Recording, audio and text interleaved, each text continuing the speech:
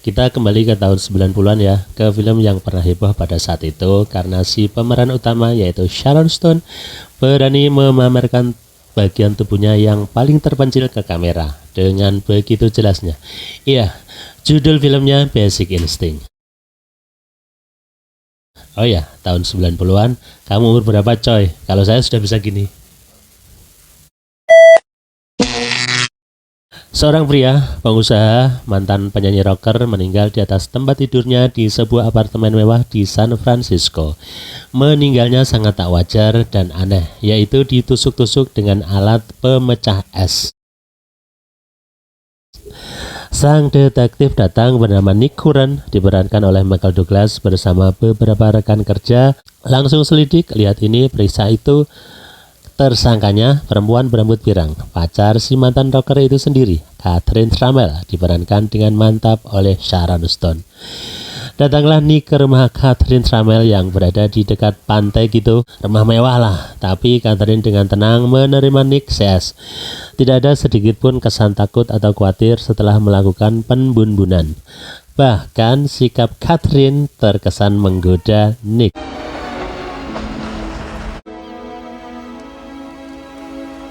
Dan Nick ternyata memang sudah ngacang di awal ia melihat Catherine. Di lain hari, Nick kembali datang ke rumah Catherine untuk dibawa ke kantor polisi untuk melakukan lie detector. Tes kebohongan, Catherine masih sangat tenang.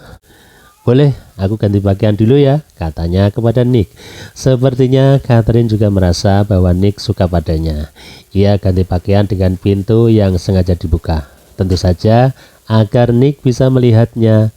Melihat ia melepas apa yang sedang ia pakai dan menggantinya dengan pakaian yang lain. Nick Curran melihatnya. Cetok guys, cetok wela-wela. Catherine tanpa selai benang yang menempel di tubuhnya. Dan sekali lagi, ia memang sengaja tanpa mengenakan daleman apapun. Nick melotot, tapi profesional. Pura-pura ia tidak melihat. Dan inilah adegan ikonik yang membuat film ini menjadi perbincangan di seluruh dunia raya. Catherine di kantor polisi duduk manis dengan bawahan di atas lutut. Kakinya diletakkan sedemikian rupa di atas kaki yang lain dan ia menghisap rokok. Sangat santai sekali.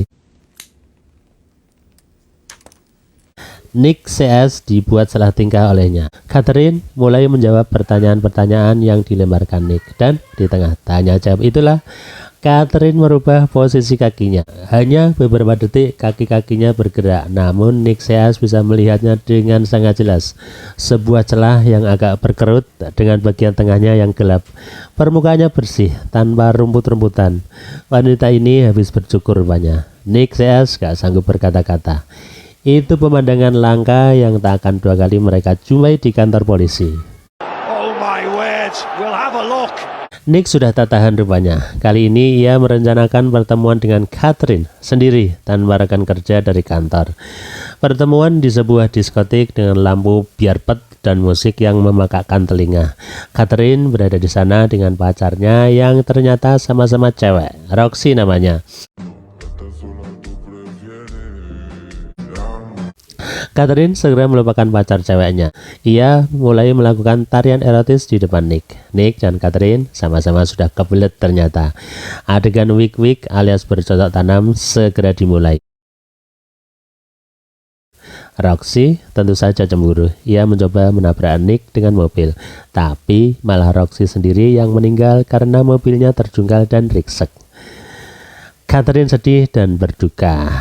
Nick menghiburnya, mereka menjadi semakin dekat satu sama lain dan tentu saja mereka melakukan wik-wik lagi. Nick Curran sudah tak konsen lagi dengan tugasnya. Ia bahkan mulai berpikir bahwa Catherine bukan pembumbun dari si mantan rocker.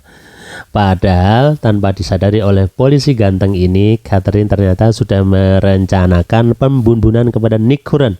Caranya sama seperti yang dilakukan kepada mantan rocker, yaitu ditusuk dengan alat pemecah es. Catherine sudah menyiapkan benda tajam itu di bawah tempat tidurnya. Apakah Catherine akan melakukan niatnya? Anda harus nonton film ini sendirian ya. Jangan nonton bersama orang tua atau anak-anak, karena film ini full dengan adegan bercocok tanam. Oke?